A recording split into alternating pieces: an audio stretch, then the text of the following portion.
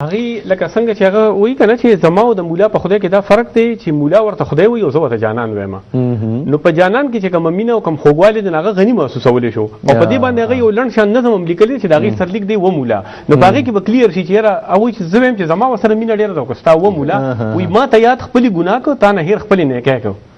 ما جانان که دلربا کو تا تکی او ناتکی کو ما هوښیار پلار د جهان کو تا جولا د وی تکې کو ته دې جامې غواړې چې دا راکړه او دا راکړه زه خو د مینه غواړم ما ته مینه مستي جوړ کړل تا ګاڼه په دوه چکې کو نو اوس وایه مولا ته چې ته خوښې که زه نو د هغه وایي چې لکه زه د الله سره چې کومه مینه کوم نو زه دې لکه دې د الله په مینه کې د بارګین قایل نه دی او زه د الله نه مینه غواړم بېلوسه مینه ده بېلوسه مینه ما ته هورې غلمان مه سنډوه بس دی په والله که بې له تا مې په چا کار شي هغه وایي چې لکه زما کار چې کوم دی صرف تا سره دی. نو دغه شان د غني کنسپټ چې کوم دی د هغه د جنت متعلق هم چې څنګه د هغه د رب متعلق د ورته جانان وي نو داسې د جنت متعلق هم چې لکه د شاتو د پیو د نهرونو ولی نه دي چې دا داسې بلکې هغه وایي چې د الله تعالی طرف ته تلل چې کوم دي دا به ذات خود جنت ته چې د هغه مینه ما ته حاصله شي او هغه ما ته د هغه مینه مثال کېږي د جز نه شعرونه یادي د کل او د جز متعلق هم دغه خبر لکه وختي تاسو له مرګ کول نه هغه دا وایي چې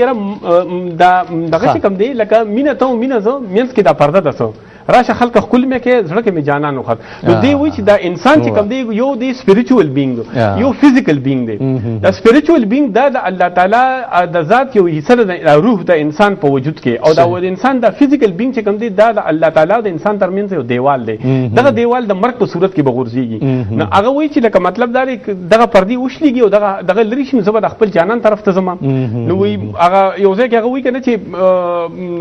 مولا جان ته نه جوړ کړی دا اور او وفات ور دی د مرګ متعلق د مرګ هغه دغه داسې کوي چې مولا جان خو ته د اور او وفات ور جوړ کړی دی خدای دې ور نظر بوزي د کوڅو نه خبر دی وایي زما لپاره خو دا شی نشته دی ځکه چې وایي زما په خیال باندې مرګ هغه نیټه ده چې یو جانان د بل جانان سره ایښې ده او هغه به چې کم دی نو هلته به ځي او لکه بل یو ځای کې چې وایي چې نه منم یاره مرګ انجام د هستۍ نه دی خلاصېدل شراب په جام کې احتتام د مستۍ نه دی چې ماښام د کمې شپې وي نو د هغې سبا هم وي چې تیاره وي رڼا هم وي که رڼا وي تیاره هم وي که یو نه وي بل هم نه وي او که وي نو وي به دواړه دې دریاب له چرته شته دی لرې بله یوه غاړه غاړه کومه یوه دغه هم دغه ده چې دی به الله تعالی طرف ته به ځي دغه شان د غني خان د دوزخ متعلق بیا هم یو جدا خیال دی هغه وایي چې لکه د دوزخ لکه مطلب دا د مولا د دوزخ په شان نه دی چې هغه د مولا د خدای چې کوم دی نو توره یا ډنډه په لاس قهار دی چې بس د هغه د په اور به بلکې هغه وایي چې هغه به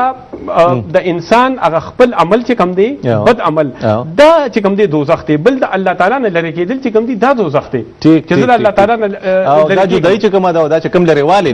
دی نو هغه وایي چې دغه دوزخ دی الله تعالی دا دماغ زما چرې نه مني چې د ګل خالق په سقر کړي جوړ څنګه خوږې به په زما کړي کې لګي چې مال نرګس او دلبر کې جوړ خو دومره ښکلی رب دی